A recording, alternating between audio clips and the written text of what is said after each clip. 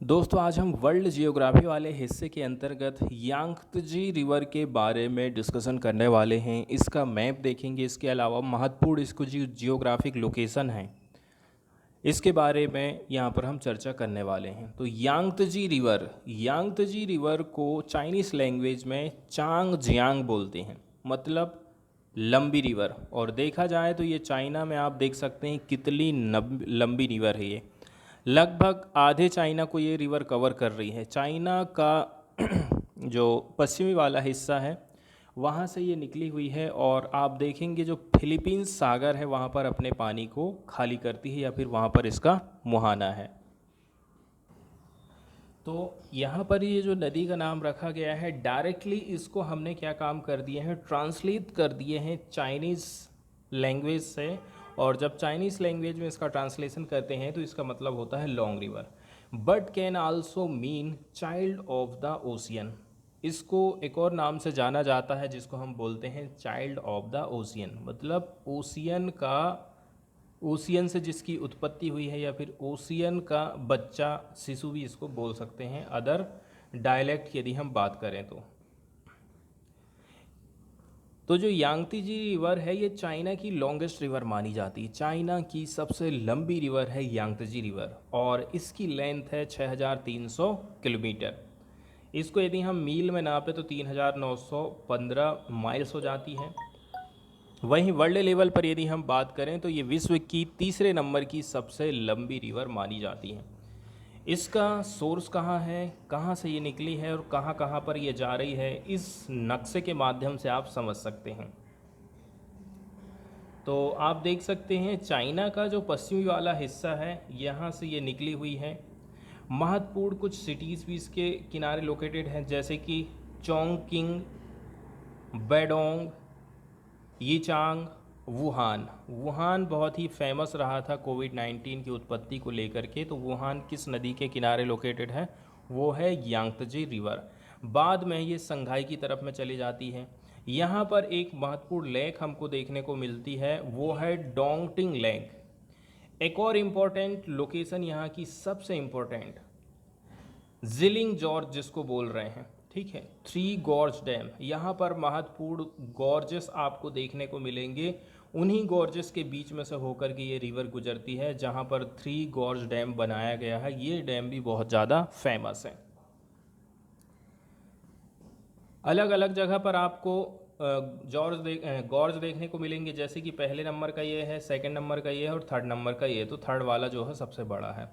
इसका नाम रखा गया है कुटांग गॉर्ज, इसका नाम रखा गया है वू गॉर्ज, और ये है जिलिंग गॉर्ज। तो ये जो गॉर्ज होती हैं जहाँ पर नदी तेज़ी के साथ में बहती है, और अपने रास्ते में जो भी चीज़ आती, जैसे पत्थर आ गया है तो उसको काट देगी, पहाड़ आ गया है तो उसको काट देगी, और एक प्रकार से सकरी घाटी जैसी आकृति बनाती है। और जैसे कि आप नर्मदा रिवर के बारे में पढ़े होंगे, नर्मदा रिवर ने किस प्रकार से तेज़ी से बहते हुए कटाव किया है पत्थरों का, पहाड़ियों का, और महत्वपूर्ण गॉर्ज का निर्माण किया है। इसके अलावा इसकी काफ़ी सारी सहायक रिवर हैं जिनको देख सकते हैं, जैसे कि जहाँ से इसकी उत्पत्ति हुई है वहाँ से जियांगलिंग रिवर पहली हो गई, इसके बाद सेकंड नंबर की वू रिवर हो गई। आगे आप जाएंगे तो डैनिंग रिवर, यहाँ पर स्मॉल गॉर्ज आपको देखने को मिल जाएगा। इसके बाद है शेनोंग स्ट्रीम, स्मॉल गॉर्जेस भी यहाँ पर लोकेटेड हैं। अब हम बात करते हैं कि इस नदी की उत्पत्ति कहाँ से हुई है और कहाँ पर जाकर के ये नदी ख़त्म होती है। तो ये जो यांगत्जे रिवर है ये तिब्बतियन माउंटेन, तिब्बत के माउंटेन से निकली है, और जगह का नाम है माउंट टेंगुला। कौन सा पहाड़ है, माउंट टेंगुला। तिब्बतियन माउंटेन्स में माउंट टेंगुला जगह है। And course is the length of China from west to east. इसके बाद ये चाइना के पश्चिम वाले हिस्से से चालू होती है और पूरब की तरफ बढ़ते जाती है। बाद में आगे ये जाकर के ईस्ट चाइना सी पहुंचती है, जहां पर नियर ऑफ द संघाई है, वहां पर जाकर के अपने आप को ख़त्म करती है। तो इसकी उत्पत्ति आप देख सकते हैं, इसकी संरचना आप देख सकते हैं कि कितनी सुंदर ये रिवर है। वहीं यदि हम इसके बेसिन की बात करें तो ये लगभग 2000 मील में फैला हुआ है, वेस्ट से लेकर के ईस्ट वाले हिस्से में। इसके साथ साथ में more than 600 mile from north to south. यदि आप नॉर्थ से साउथ की तरफ में जाएंगे तो लगभग 600 मील में इसका विस्तार हो गया है। Yangtze also carries more water than any river of the China. China में जितनी भी नदियां हैं उनमें सबसे ज़्यादा पानी जो है यही रिवर अपने पास में रखती है। वहीं यदि हम बात करें नेविगेशन के मामले में, यहाँ से नावों के माध्यम से आवाजाही होती है कि नहीं होती, तो यांगत्जे जो है इसको नेविगेशन के लिए ओपन कर दिया जाता है पूरे साल भर। The picture of the left to the left feature one of the so-called three gorge dangerous to navigate because of its currents and shallows but of incredibility built। यहाँ पर आप देखेंगे ये जो नेविगेशन है ना, खोल तो दिया गया है लेकिन बहुत मुश्किल हो जाता है। इतनी पहाड़ियों को काटते हुए गुजरी है ना कि इसका रास्ता एकदम सकरा हो जाता है। ब्यूटी भी इसको प्रदान करता है लेकिन दिक्कत यह है कि यहाँ से नेविगेशन थोड़ा मुश्किल हो जाता है।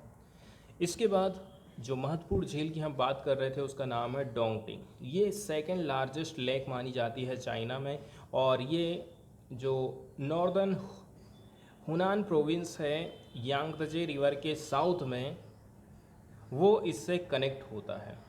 तो ये उस लेक का व्यू यहाँ पर प्रोवाइड किया गया है। इसके बाद हम बात करते हैं थ्री गॉर्ज डैम। ठीक है, थ्री गॉर्ज डैम बहुत इंपॉर्टेंट डैम है। Three gorge dam largest hydro electric power generation station माना जाता है विश्व में। ये कंप्लीट हो गया था मई 2006 में, और लगभग इसकी हाइट 192 मीटर है और 12.5 किलोमीटर इसकी कैसे हो जाएगी जब आप इसको क्रॉस करेंगे। तो इस डैम की लोकेशन है 1610 किलोमीटर वेस्ट वाले हिस्से में पड़ जाता है ये संघाई से, और ये रीजन पड़ता है थ्री गॉर्ज वाला। वहीं यदि हम जनरल की बात करें, the dam was built to increase shipping capacity. कैसे करके हम जो है हमारी जो शिपिंग की कैपेसिटी है उसको इंक्रीज कर सकते हैं, इसलिए इस डैम का निर्माण किया गया था बिजली बनाने के लिए। इसके साथ साथ में जो डेंजरस फ्लड्स आती हैं उनकी घटनाओं को कम करने के लिए भी इसका निर्माण किया गया था।